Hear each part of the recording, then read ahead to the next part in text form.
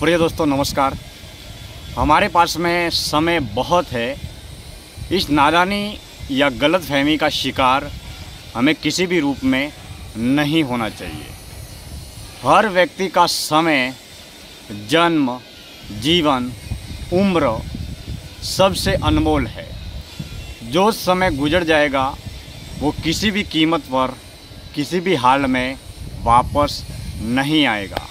समय लगातार गति करता है और दुनिया की कोई ताकत गुजरते हुए समय को रोक नहीं सकती।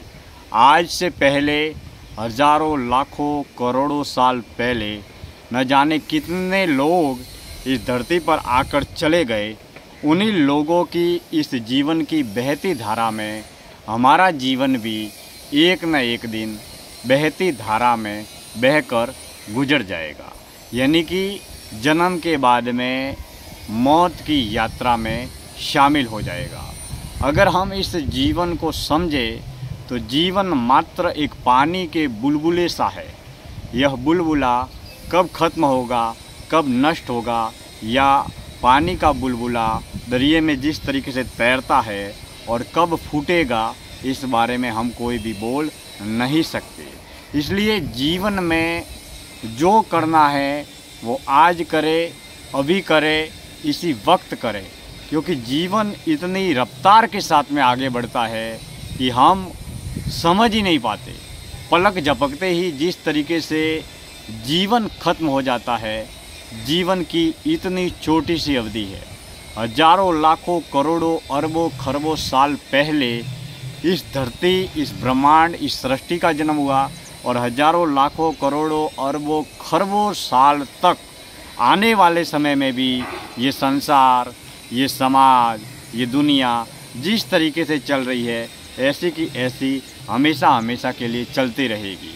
अब इस अनंत ब्रह्मांड में, अनंत संसार में हमारे जीवन का मूल्य क्या है? हम जो जीवन जी रहे हैं, उस जीवन को जीने के लिए, उस जीवन के प्रति हमें नया दृष्टिकोण, नई समझ विकसित करनी होगी।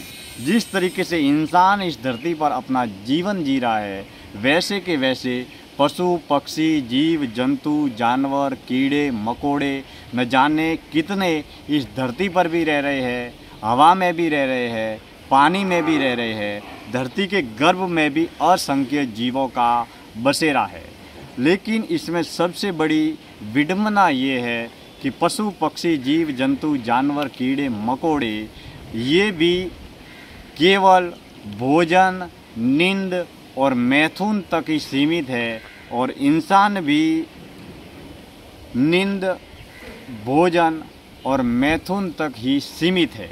लेकिन इंसान में सबसे बड़ी बात जो भगवान ने दी है वो है कि इंसान के पास में समझ है, बोध है, ज्ञान है। वो जीवन की गहराई को समझ सकता है।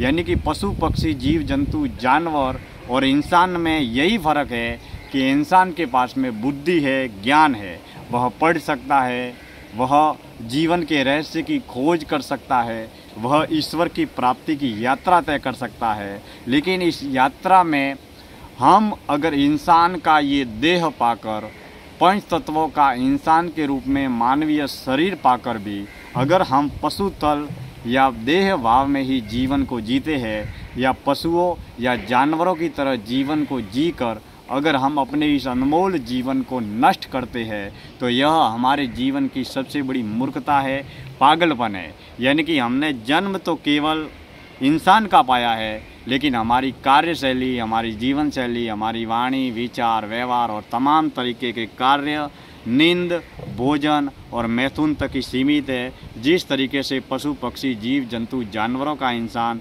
केवल इन तीन गुणों तक ही सीमित रहता है।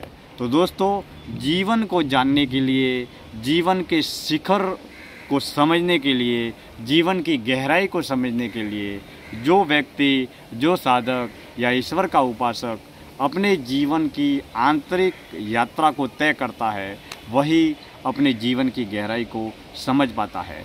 जीवन की गहराई, जीवन का सत्य एक अनंत खोज है, एक अनंत रहस्य है, जिसे जो व्यक्ति समझने का प्रयास करता है, वह सदैव अपने जीवन के नए रहस्यों से आत्म साक्षात्कार भी करता है और समय के साथ में, समय की बहती धारा के साथ में बहते हुए वो जीवन के तमाम लक्ष्यों को हासिल करता है। जीवन के कई लक्ष्य अलग अलग तरीके के हो सकते हैं। वो पारिवारिक लक्ष्य है, सामाजिक लक्ष्य है, व्यावसायिक लक्ष्य है, आध्यात्मिक लक्ष्य है, सेवा का लक्ष्य है, समृद्धि का लक्ष्य है, पुण्य का लक्ष्य है, धर्म का लक्ष्य है, इत्यादि तमाम तरीके के जीवन के जो भी पहलू है उसमें समानांतर तरीके से हम अगर कार्य करें तो जीवन में सक्षम भी बनते हैं, सफल भी बनते हैं।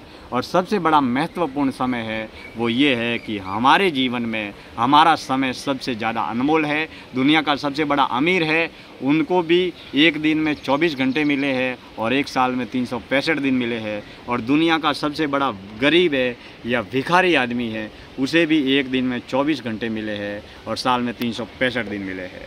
तो जीवन का प्रत्येक लम्हा, प्रत्येक क्षण अनमोल है। इस जीवन की कद्र करें और इस जीवन को सेवा में, दया में, करुणा में, जन कल्याण में लगाएं ताकि हमारे जीवन में, हमारे जीवन का आत्म कल्याण संभव हो सके और हम मानव होने के नाते मानवता और इंसानियत की राह पर आगे बढ़ सके।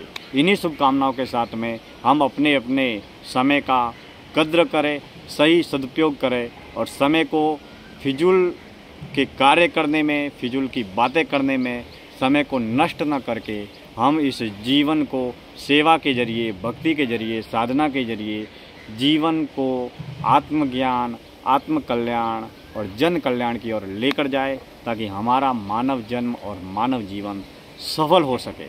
आज की चिंतन यात्रा को मैं दिनेश्वर माली यहीं पर समाप्त करता हूँ।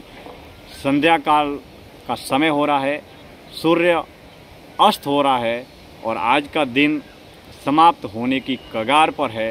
इन्हीं बातों से मैं आज की चिंतन यात्रा को विराम देता हूँ।